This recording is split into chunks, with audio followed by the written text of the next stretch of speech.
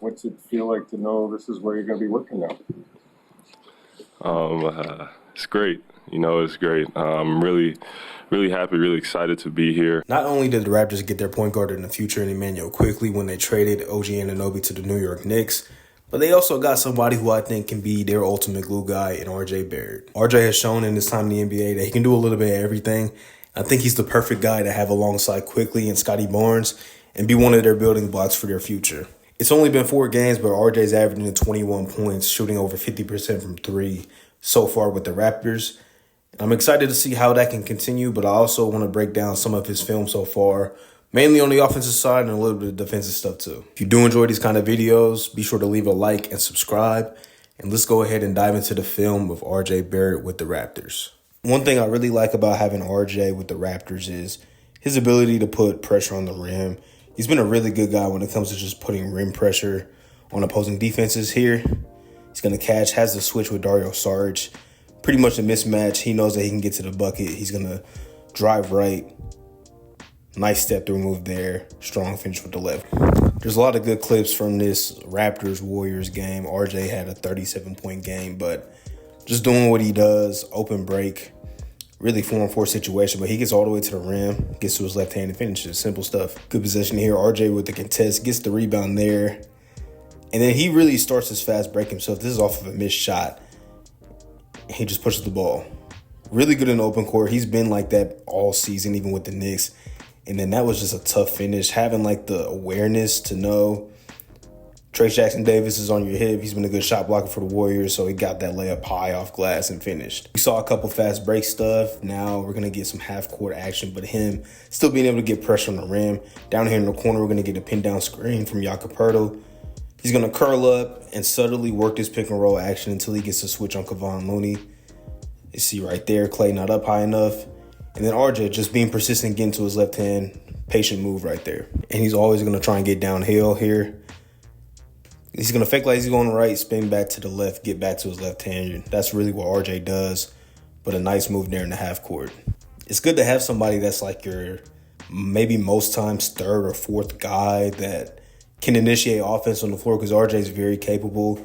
And he gets a lot of matchups like we saw earlier with Dario Saric. This time Santi Aldama's guarding him. Not terrible defenders by any means, but RJ able to take advantage.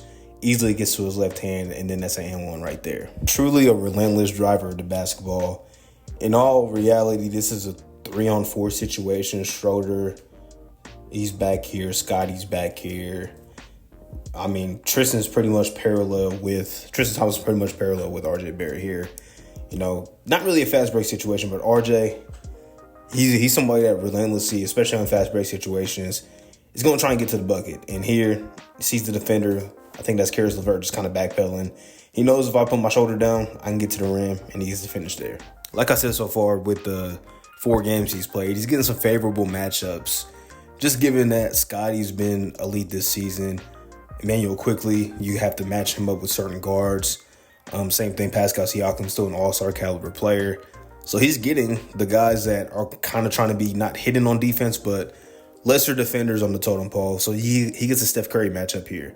And I like seeing this because I feel like we didn't see this a ton in New York, and that's offenses allowing him to work, get into the mid-post, jab, shows patience, doesn't react much to the double team, and then just a nice finish over the top.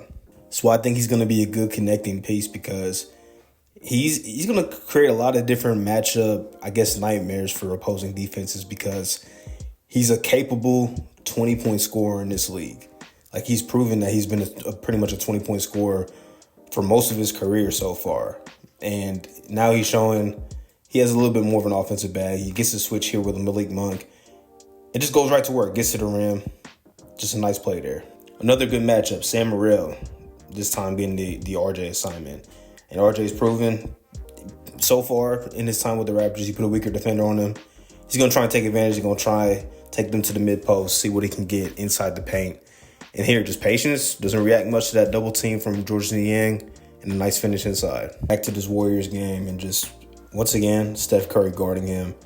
Favorable matchup, mid-post. Here shows the patience. Doesn't react to that dig by Klay Thompson again. And just being patient, getting the foul call. That's just great offense. But even when it's a better defender like Moses Moody, who has, the size to kind of match up on the perimeter with RJ.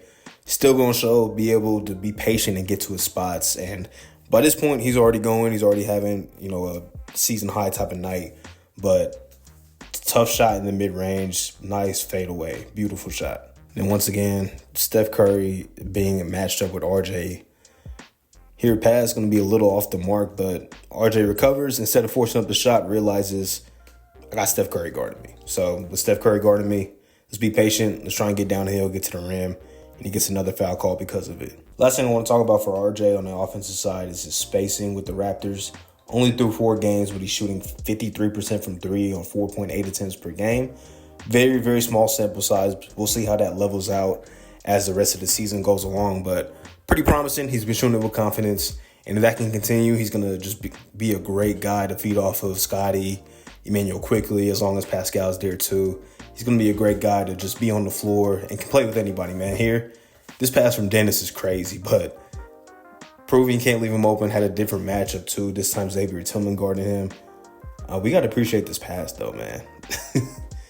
Like, this pass was actually insane, but RJ knocking the shot down. You have to with a pass like that. That's a great pass. Great shot by RJ. We've seen fast break situations. A little bit of a different look here. You see RJ being, the second to last Raptor back. Ball's going to get pushed up the court. We're going to see RJ sprint up into the picture into the pull-up 3. It's a great shot. Could have, tried and take it downhill, but trusting his jump shot. Great look there. Next play. The hand doesn't really mean much there. Just a beautiful shot, staying ready, man. Just, trusting the mechanics, trusting his shot. And you like to see that so far, man. He's shooting it with confidence with the Raptors. His offensive possession here quickly kind of gets caught up. And then as we see, Pirtle starts to dive because they double team. Really for no reason, Sabonis steps up and double team with Harrison Barnes. That's going to create a little bit of a chain reaction. De'Aaron Fox gets sunken a little bit. RJ is going to pop out to the corner. And he's going to get a wide open 3 because of it. Not super wide open, but wide enough to where he can knock it down. Good possession here. Zone look from the Warriors. Klay, Podziemski up high, Dario down low. Instead of fading to the corner, we're going to see Pirtle kind of come through a little bit. And then RJ, make yourself available, but widen the zone at the same time. Podziemski doesn't have his eyes up, can't locate RJ in time. Another knockdown shot. Another possession, RJ is just going to come into the frame a little later than everybody, but staying ready. Wide open shot, make the defense pay. RJ is going to be open a couple times on this possession. Here, I think this is Siakam. He's caught up. He's going to kick it out to Quickly, who's going to fire up a 3. RJ realizes as soon as the shot goes up, let me go ahead and relocate, step back behind the 3-point line to get a good shot. No close out there from Klay, and it's knocked down. I mean, it's almost like teams are just daring him to shoot. This is the next possession. Nobody even locating him, so he just pops back to the 3-point line. Looney's not going to get out there in time. It's like teams are almost daring him to shoot. But through 4 games, he's been making them pay. This is the very first possession of that Warriors game, RJ's big scoring night. Siakam is going to cut through the lane, and then we're going to see Pirtle set the down screen for RJ, who Steph Curry was matched up with off rip. And he took advantage of that matchup all night. Down screen, pop out to the 3-point line. Knockdown shot. It's simple stuff though, man. I mean, this is not going to be a play drawn up, just a pass to RJ. He felt like he has enough space to pull up over Desmond Bane. And he's just playing with a lot of confidence right now. And that's stuff that you love to see from him. Last thing, I feel like his defense has always been one of his better traits. He just plays with a lot of energy on that side of the floor, active hands.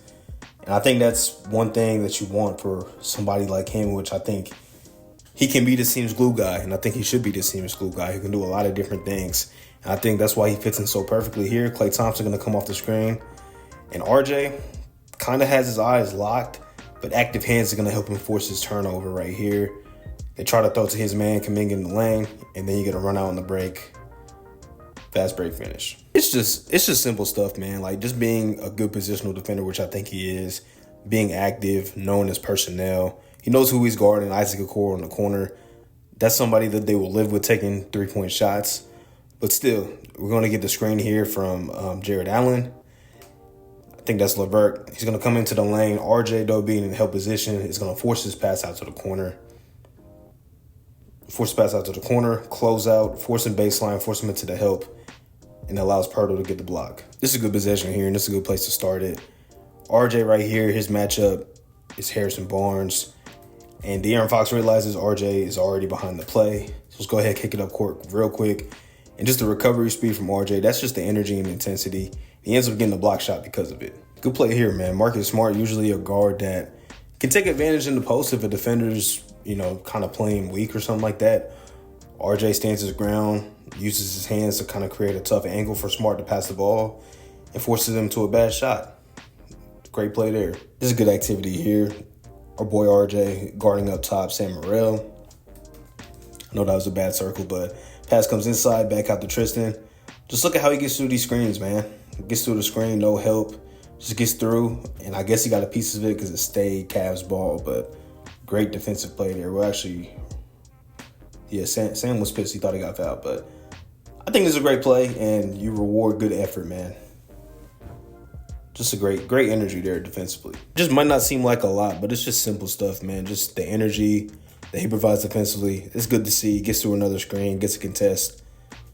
It's little stuff. It's little stuff. Like he goes under the screen for a reason. You know your personnel cares over somebody who wants to get into the mid-range game or towards the rim. So instead he goes under the screen, sees he's pulling up, still gets a good contest up, and forces the miss. I think a great comparison for what RJ Barrett can be is what a fellow Canadian player was for a championship team in the Warriors. I think he can have an Andrew Wiggins type of career arc where he might not be the star that people wanted him to be when he was drafted, but he can really craft his way into being one of the more valuable role players in the league for a team that I think has a pretty bright future now with Quickly, Scotty Barnes, and himself.